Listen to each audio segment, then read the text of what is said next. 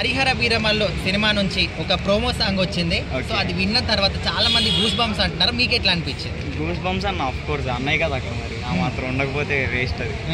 అది అసలు ఆయనకి ఏం అవసరం లేదు. ఆ పంచకట్టు కానీ ఆ మీసం కానీ నడుచుకొస్తుంటే సింహమే అసలు. అసలు అది చూస్తే ఇట్లా నిలబడిపోయిన ఎంటికలు మస్తుంది బ్రో. అంటే ఆయన ఇట్లా నడుచుకుంటా వస్తుంటే ఎదుట ఉన్న వాళ్ళ గుండెల రైళ్లు పరిగెత్తున్నాయి అనుకోవచ్చా? పరిగెత్తాయి అనుకోవచ్చు. మనం చూసాంగా 11 ఇంకేం మాట్లాడడానికి లేదా. సరే బ్రో, కొంతమంది నిన్న మొన్నటి వరకు ట్రోల్ చేశారు కదా, పవన్ కళ్యాణ్ కొట్ట వచ్చింది ఇంకా సినిమాలు రాజకీయాలు అవసరమా. సో అట్లాంటి వాళ్ళకు ఈ కట్అవుట్స్ ని చూసుకొని ఏం చెప్తారు? బ్రో ఒకటే చెప్తా, మీరు డైపర్లు వేసుకునే వయసులో ఆయన బాడీ చూసారు ఎలా ఉందో.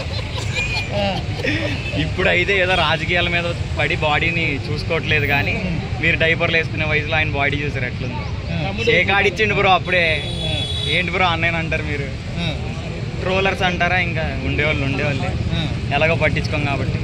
ఓకే, సో మరి ఇక్కడ ఈ సాంగ్ లో మంగ్లీ వాయిస్ కానీ అనసూయ కూడా ఉంది. ఓకే, అది అన్ఎక్స్పెక్టెడ్ ట్విస్ట్. అసలు అనసూయ ఎక్కడి నుంచి వచ్చిందో తెలియదు. అన్ఎక్స్పెక్టెడ్ ట్విస్ట్ కాబట్టి షాక్ అయినా.